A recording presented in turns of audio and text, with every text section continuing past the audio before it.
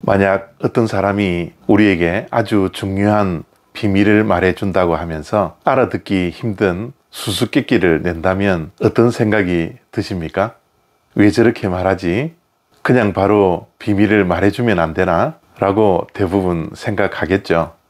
그런데 오늘 말씀을 보니 하나님께서 에스겔 선지자에게 비밀을 말해 주시는데 이해하기 힘든 수수께끼와 비유로 말씀해 주십니다. 오늘 본문 말씀만 보면 조금 이해하기 힘듭니다. 저도 몇 번이나 읽어도 잘 이해가 되지 않더라고요. 왜 하나님께서 이렇게 어렵게 말씀을 해 주셨을까요?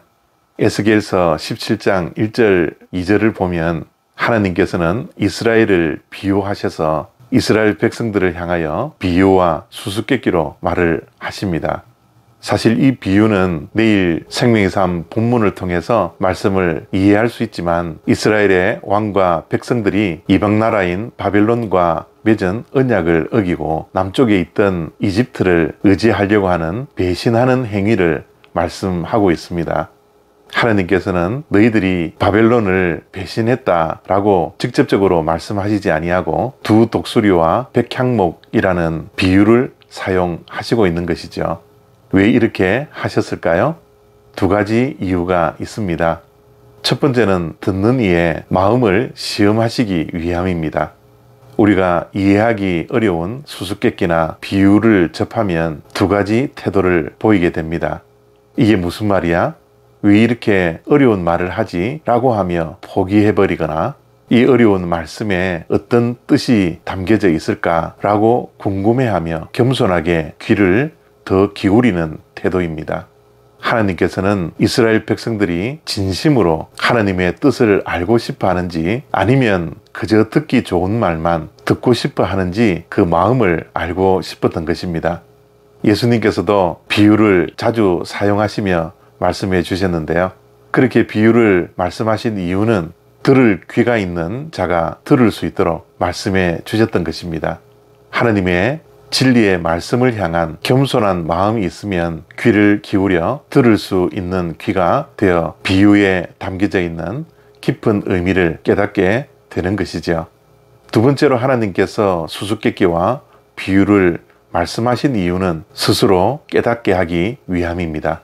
만약 하나님께서 직접적으로 너희는 왜 바벨론과 맺은 언약을 어기고 이집트를 의지하려고 하느냐라고 하시면서 너희가 죄인이다 라고 말씀하시면 이스라엘 백성들은 아마도 반발했고 핑계를 대었을 것입니다. 아니, 그럴 만한 이유가 있어요.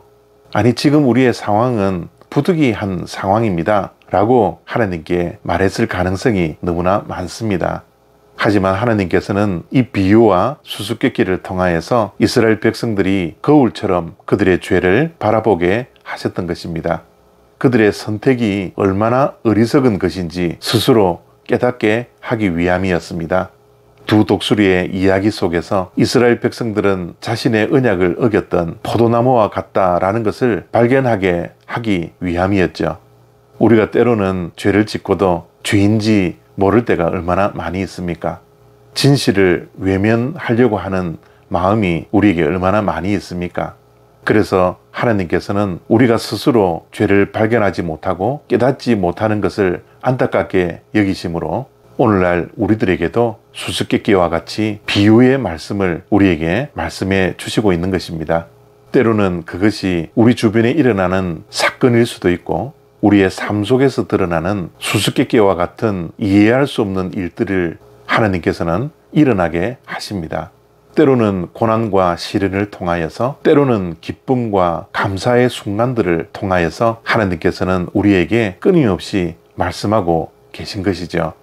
혹시 지금 우리의 삶 속에서 수수께끼처럼 풀리지 않는 어려움과 고통이 있습니까? 그것은 하나님께서 우리의 마음을 흔들어 하나님의 진정한 뜻을 알게 하기 위하여 우리를 부르시고 있는 것입니다. 그래서 오늘도 우리의 삶 속에 그리고 우리의 주변 속에 일어나는 모든 사건과 사고와 수수께끼 같은 풀리지 않는 문제들을 통하여서 하나님의 깊은 뜻을 알아가는 마음의 귀가 열려지는 축복이 우리에게 있기를 원합니다. 이 세상에는 우연이 없습니다. 모든 것이 하나님의 섭리 가운데 있다라는 것을 기억하고 우리의 삶 속에서 발생하고 있는 모든 일들 가운데 하나님의 뜻을 발견하려고 날마다 몸부림치며 눈을 뜨고 귀를 기울일 수 있는 저와 여러분 다 되시기를 축복합니다. 감사합니다.